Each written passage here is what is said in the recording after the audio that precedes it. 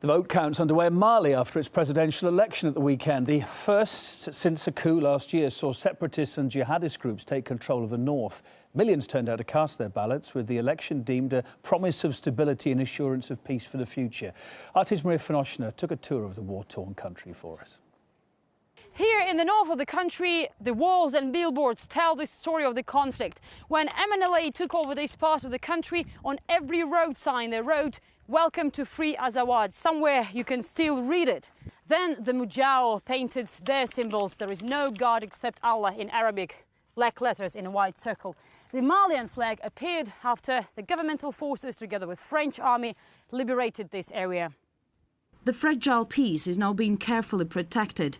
Checkpoints cover the region's main routes to filter all those passing through. Waterways are also patrolled. We have to verify whether there are jihadists among them who want to cross the river. How you decide who is who? Jihadists don't have papers, and we send to police all those with no documents.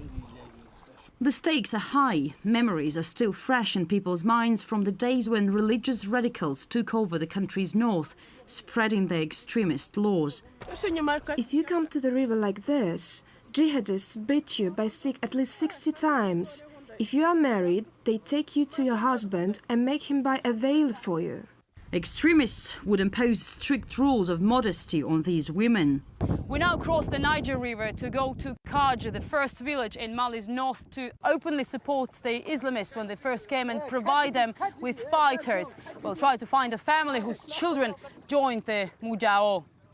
An Al-Qaeda-affiliated group appeared in Mali's north last year and began coordinating with the rebellion of the indigenous African tribe of Tuaregs, who sought independence.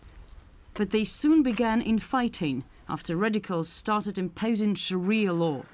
Why did they come here in the first place? People in this area are very poor. This is why we bring some soap for women, some sweets for kids. We visited the chief of the village first. The 115-year-old man says one part of the village strongly supports Al-Qaeda. Al-Qaeda, their visions are very close, how they interpret Quran. To reach them, we cross a dried river. The soil in Mali's north is far from fertile. The land is not generous to people farming here. We get to a female part of the village. In the first house, we come across what looks like a women's club. The ladies here differ from those swimming naked on the other side of the river. We cover ourselves because this is our tradition, our religious tradition. We protect our whole bodies. To talk with men, we go to a male part of the village. We sit with the most influential of them to hear their story. They brought weapons, and we didn't have a choice but to obey. One man confesses his teenage son was inspired by outsiders before he was brought to a Malian jail. They behaved in a dignified manner, were never involved in looting. They showed respect to the Quran, but also they had money that looks very attractive to poor people like us. If the government provides local people with jobs, they'll be less vulnerable and more immune to the Islamists' sweet speeches. Who are Mujao? Could you please explain who are these people and from where they come? They are not from here, but we don't know their nationalities. We repeat the question to the mayor of Gao, one of the biggest cities in Mali's north and the epicenter of deadly clashes during the crisis. Mujao. Who are Mujao? They came from Afghanistan, Algeria, Libya, Mauritania, but they spent 11 months here, and they recruited locals, of course.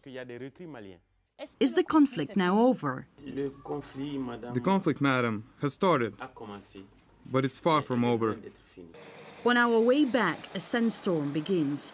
Clouds of dust cover villages and cities. Peace in this region seems to be as transient as blue skies on a sunny day. You may think it'll remain the way it is for some time, but you can never be sure. Maria Finoshna from Mali.